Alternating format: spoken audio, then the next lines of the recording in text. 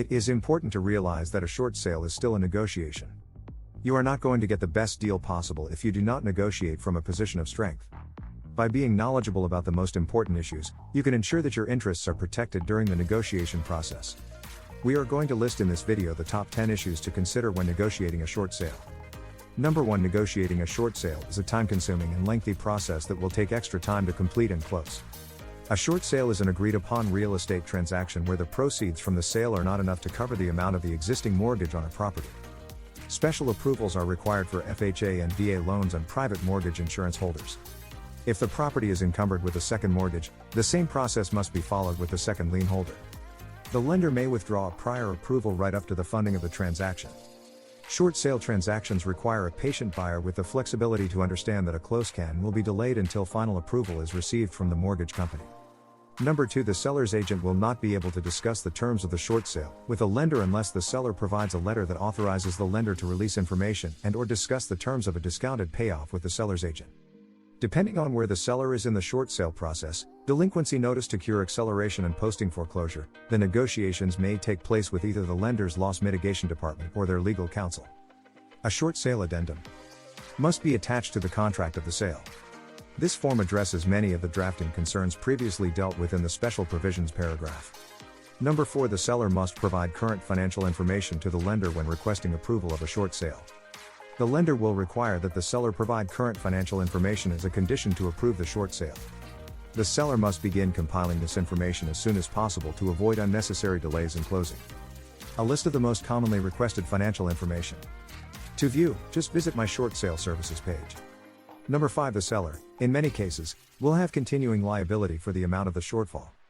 The seller needs to understand that even though the lender may approve a short sale, the seller is not necessarily released from his/her obligations on the debt remaining after the sale.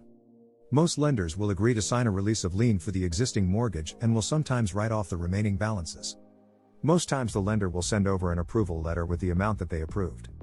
The goal would be to see if the lender will take the amount as payment in full and write off the remaining debt that is owed. It's also important that the lender clarify exactly what they will report to a credit agency in connection with a short sale. Number 6. There may be tax implications resulting from the forgiveness of debt in connection with a short sale. The remaining post-closing obligation on the existing debt can be considered a forgiveness of debt that may result in income that is taxable to the seller. A lender typically sends a 1099-C to the seller for the amount of the forgiven debt.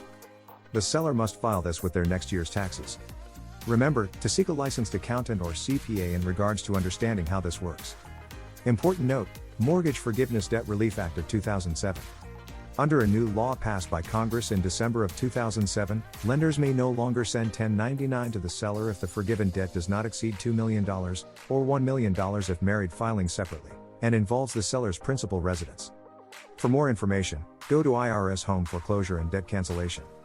There is a way to write the remaining balance off, but you will need to seek the advice of a licensed accountant or CPA. The form you will need to ask them about is Form 982. Here is an example of Form 982.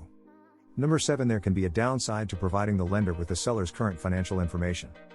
Sellers should be aware that if the short sale negotiations are unsuccessful, providing their financial information to a lender can create problems and liability if the seller was less than candid on their original loan application.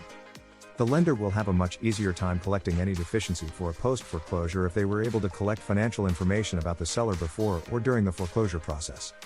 Number 8. There is always a risk that the seller will file bankruptcy at the last minute. A seller's bankruptcy filing affects his or her ability to convey title and may disrupt a transaction that has involved a tremendous investment of time on the part of the agents, the lender, and the buyer. Number 9. Don't be surprised if the lender asks the agents to reduce their commissions and/or all of the seller's concessions. Since the lender is not receiving a 100% of their payoff, it is noted unusually for the lender to insist that the agents reduce their commissions and/or the seller's concession in the contract to make the deal work. Number 10. Desperate sellers are a prime target for fraud. Be wary of fraud when handling a short sale transaction, as desperate sellers are a prime target for dishonest investors. Conclusion: if you're facing a short sale, please reach out to me for help. I have experience with the process and can guide you every step of the way. There are many things to consider when negotiating a short sale, but with the right team in your corner, you can get through it successfully. Don't go through this alone. Let me be your advocate. Contact me today.